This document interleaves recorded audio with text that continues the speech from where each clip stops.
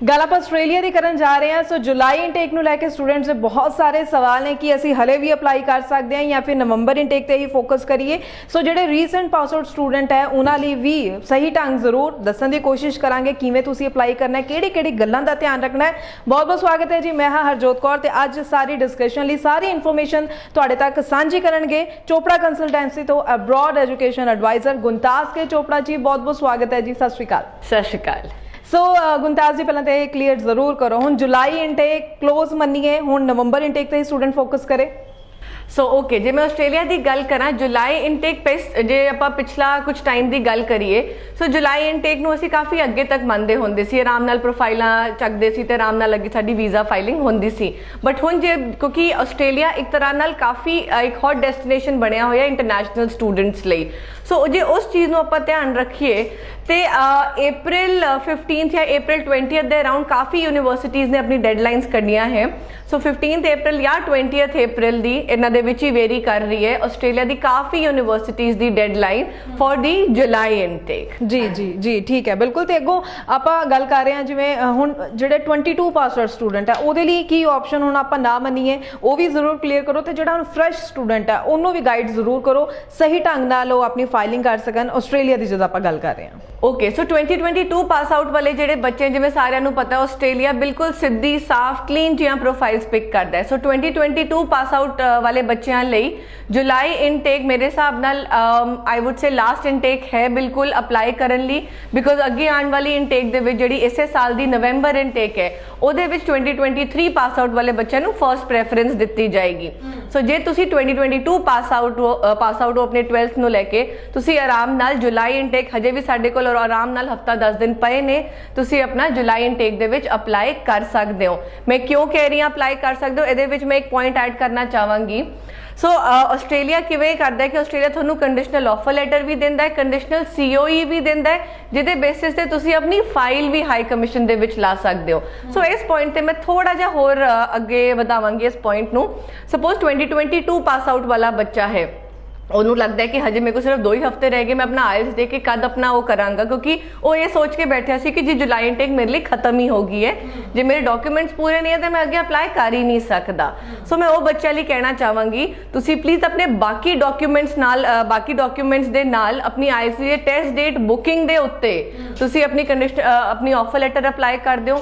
University तुहानू conditional offer letter देगी। Conditional offer letter तो बाद तुसी अपना फीस का प्रोसैस ते फंड्स का प्रोसैस भी इनिशिएट कर सकते हो। एंड उस तो बाद जिवें तुसी फीस पे करती तुहानू कंडीशनल COE भी देगी यूनिवर्सिटी, एंड उस दे बेसिस ते तुसी अपनी वीज़ा फाइलिंग भी कर सकते हो। जब तुसी ये प्रोसैस कर लिया मीनवाइल तुसी अपना IELTS भी दे लिया, तुहाडा रिजल्ट भी आ गया, एंड उस तो बाद तुसी अपने बस यूनिवर्सिटी नू अपने IELTS के रिजल्ट अपडेट करना है। थोड़ी यूनिवर्सिटी जिहड़ी है तुहानू अनकंडीशनल COE ऑफर कर देगी, एंड वही तुसी अपनी पोर्टल दे विच अपडेट करके उस चीज़ नू सारी अपनी प्रोफाइल नू अनकंडीशनल कर लोगे। And same goes for any other student जिदा कोई एक डॉक्यूमेंट की पेंडेंसी पई है। सो आस्ट्रेलिया बिल्कुल अपने हाई कमीशन अपने एजेंट्स दे नाल, एजेंट्स अपने रिस्पैक्टिव यूनिवर्सिटीज़ दे नाल हथ नू हथ दे के काम करते हैं। सो बच्चों का एक फ्यूचर बनाने लिए उन्होंने एक हैल्पिंग हैंड देन लई ये वाला प्रोसैस बहुत अजकल एक तरह नाल बच्चों नू कुशन दे रहा है। जी जी जी बिल्कुल। पर आपां मैं होर तुहाडे तो डिटेल च इसलिए आस्ट्रेलिया बारे जानना चाहूँगी क्योंकि जिहड़ा फ्रैश स्टूडेंट है वो गलतियां कई बारी स्टूडेंट्स नूं नॉलेज नहीं होंदी, सुनिया सुनाई गल्लां दे उपर चल जाते हैं। सो अक्सर स्टूडेंट्स किहड़ियां गलतियां कर जाते हैं जिथे तुसीं जरूर उन्हां नूं कहना चाहोगे कि ये गलतियां बिल्कुल भी नहीं करनियां।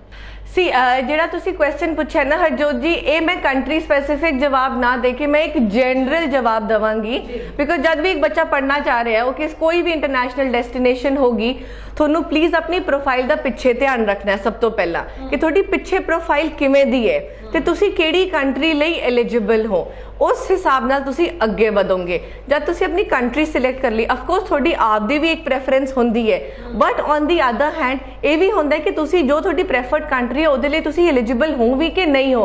ये ना होए कि असी अपनी इहो जी प्रेफरेंस बना ली जिहदे विच साडा वीज़ा आ ही नहीं सकता। सपोज 2021 पास आउट है या 2020 पास आउट 12th बच्चा है, ਤੇ ਉਹ ਅੱਗੇ ਆਸਟ੍ਰੇਲੀਆ ਜਾਣਾ ਚਾਹੁੰਦਾ ਹੈ, ਉਹ ਤਾਂ ਰਿਫਿਊਜ਼ਲ ਪਹਿਲਾਂ ਹੀ ਆਪਣੇ ਮੂੰਹੋਂ ਬੋਲ ਰਿਹਾ ਹੈ। ਸੋ ਇਸ ਕਰਕੇ ਆਪਾਂ ਪਹਿਲਾਂ ਇੱਕ ਰਿਫਿਊਜ਼ਲ ਲਵਾਉਣ ਤੋਂ ਬੈਟਰ ਹੈ ਕਿ ਆਪਾਂ ਕੰਟਰੀ ਚੇਂਜ ਕਰ ਲਈਏ ਤਾਂ ਕਿ ਉਹਨੂੰ ਇੱਕ ਬੈਟਰ ਐਜੂਕੇਸ਼ਨ ਮਿਲ ਸਕੇ ਸਟੂਡੈਂਟ ਵੀਜ਼ਾ ਸਪੈਸੀਫਿਕ ਕੰਟਰੀ ਦਾ ਲੈ ਕੇ।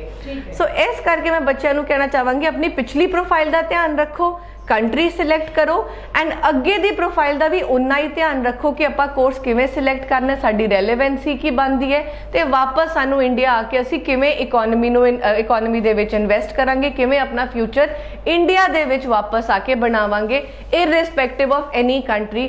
ਹਰ ਹਾਈ ਕਮਿਸ਼ਨ ਇਹੀ ਚੀਜ਼ ਮੰਗਣਾ ਚਾਹੁੰਦੀ ਹੈ ਕਿ ਤੁਸੀਂ ਇਹ ਕੋਰਸ ਕਰਕੇ ਵਾਪਸ ਇੰਡੀਆ ਆ ਕੇ ਕੀ ਕਰੋਗੇ। ਸੋ ਇਹ ਸਾਰੀ ਚੀਜ਼ਾਂ ਦਾ ਧਿਆਨ ਰੱਖਣਾ ਬਹੁਤ ਜ਼ਰੂਰੀ ਹੈ ਜੀ। ਬਿਲਕੁਲ, ਤੇ ਇੱਥੇ ਜ਼ਰੂਰ ਇਹ ਵੀ ਚੀਜ਼ ਮੈਂ ਚਾਹੂੰਗੀ ਆਪਾਂ ਕਲੀਅਰ ਕਰੀਏ ਸਟੂਡੈਂਟਸ ਨੂੰ ਜਿਹੜੇ ਵੀ ਅਪਲਾਈ ਕਰਨਾ ਚਾਹੁੰਦੇ ਨੇ ਕਿ GT ਕਲੀਅਰੈਂਸ ਨੂੰ ਲੈ ਕੇ ਕਿੰਨਾ ਕੁ ਜ਼ਿਆਦਾ ਹੁਣ ਟਾਈਮ ਲੱਗ ਰਿਹਾ ਹੈ, ਕਿੰਨੇ ਕੁ ਟਾਈਮ ਦੇ ਵਿੱਚ ਰਿਜ਼ਲਟਸ ਆ ਰਹੇ ਨੇ ਔਰ ਕਿਸ ਤਰ੍ਹਾਂ ਦੇ ਰਿਜ਼ਲਟ ਆਪਾਂ ਦੇਖ ਪਾ ਰਹੇ ਹਾਂ ਆਸਟ੍ਰੇਲੀਆ ਤੋਂ। ਓਕੇ, ਸੋ ਮੈਂ GT ਕਲੀਅਰੈਂਸ ਦੀ ਗੱਲ ਕਰਾਂ, ਸਾਡੇ ਕੋਲ ਨਾ ਕਈ ਬੱਚੇ ਪਿੱਛੇ ਆਏ ਸੀ। ਮੈਂ ਇੱਥੇ ਨਾ ਕੁਇਕਲੀ ਇੱਕ ਪੁਆਇੰਟ ਐਡ ਕਰਾਂਗੀ ਸਟੇਟਮੈਂਟ ਆਫ ਪਰਪਸ ਦਾ, ਜਿਹੜਾ ਸਾਡਾ GT ਦੇ ਟਾਈਮ ਤੇ ਜਾਂਦਾ ਹੈ। तो बच्चे एक तरह बिकॉज एक GT एक बहुत इंपॉर्टेंट स्टेज है एक बच्चे दी ऑस्ट्रेलियन स्टूडेंट वीज़ा दी प्रोफाइल दे विच, तो उहदे विच बच्चे नूं लगदा मैं सारा कुछ मैंशन करदा, कोई भी चीज़ 19 तो 21 हो सके, 21 तो 19 ना होए मेरी प्रोफाइल दे विच चीज़। सो इहदे करके आपां की करदे आं, आपां अपनी स्टेटमेंट ऑफ पर्पस दी जिहड़ी वर्ड लिमिट एक तरह नाल हाई कमिशन ने सैट कीती है यूनिवर्सिटीज़ ते एजेंट्स ਲਈ उस चीज़ ਨੂੰ एक्सीड कर जाने आ। सो प्लीज़ ਅਸੀਂ बहुत चीज़ ज़्यादा ध्यान रखना, ਅਸੀਂ अपने हथों अपनी प्रोफाइल ਨੂੰ ਵੀਕ नहीं करना, पहली गल। उस तो बाद गल आती है टाइमलाइन दी। सो जे मैं GT ਦੀ टाइमलाइन क्लीयरेंस ਦੀ ਗੱਲ ਕਰਾਂ, सो ऑलमोस्ट सानू यूनिवर्सिटीज़ ਨੂੰ 2 ਤੋਂ 3 ਹਫ਼ਤੇ मिनिमम देने चाहिए with all the documents complete with your statement of purpose, थोड़े फाइनैंशियल डॉक्यूमेंट ते थोड़े सारे फॉर्म्स की कंप्लीशन के नाल 2 ਤੋਂ 3 हफ़ते सानू यूनिवर्सिटी ਨੂੰ देने चाहिए हैं for them to give us a GT clearance. जी बिल्कुल, आई होप स्टूडेंट्स ਨੂੰ ਇਹ ਚੀਜ਼ਾਂ ਜ਼ਰੂਰ ਕਲੀਅਰ ਹੋ ਗਈਆਂ ਨੇ, ਕਿਉਂਕਿ ਦੇਖੋ ਇਹੀ ਬੇਸਿਕ ਪੁਆਇੰਟਸ ਹੁੰਦੇ ਨੇ ਜਿਸ ਦੀ ਨੌਲੇਜ ਵੀ ਤੁਹਾਨੂੰ ਹੋਣੀ ਬਹੁਤ ਜ਼ਰੂਰੀ ਹੈ। ਚਾਹੇ ਕਿਸੇ ਵੀ ਕੰਸਲਟੈਂਟ ਕੋਲ ਤੁਸੀਂ ਆਪਣੀ ਫਾਈਲ ਲਗਾ ਰਹੇ ਹੋ ਤਾਂ ਤੁਸੀਂ ਸਵਾਲ ਵੀ ਕਰ ਸਕੋ, ਤੁਹਾਨੂੰ ਪਤਾ ਹੋਵੇ ਤੁਹਾਡਾ ਪ੍ਰੋਸੈਸ ਕਿਸ ਤਰੀਕੇ ਨਾਲ ਚੱਲ ਰਿਹਾ ਹੈ। ਬਾਕੀ ਤੁਹਾਡਾ ਆਪਣਾ ਕੋਈ ਸਵਾਲ ਹੈ ਇਸ ਨੰਬਰ ਤੇ ਤੁਸੀਂ ਕਾਲ ਵੀ ਜ਼ਰੂਰ ਕਰ ਸਕਦੇ ਹੋ। ਤੇ ਬਹੁਤ ਥੈਂਕਸ ਗੁੰਤਾਜ ਜੀ ਕਿ ਤੁਸੀਂ ਆ ਡਿਟੇਲ ਦੇ ਵਿੱਚ ਆਸਟ੍ਰੇਲੀਆ ਬਾਰੇ ਇਨਫੋਰਮੇਸ਼ਨ ਸਟੂਡੈਂਟਸ ਨਾਲ ਸਾਂਝੀ ਕੀਤੀ ਹੈ। ਸਟੂਡੈਂਟਸ ਨੂੰ ਜ਼ਰੂਰ ਕਹਿਣਾ ਚਾਹਾਂਗੇ ਕੋਈ ਸਵਾਲ ਹੈ ਕਮੈਂਟ ਸੈਕਸ਼ਨ ਵਿੱਚ ਵੀ ਤੁਸੀਂ ਆਪਣਾ ਸਵਾਲ ਜਿਹੜਾ ਡ੍ਰੌਪ ਕਰ ਸਕਦੇ ਹੋ।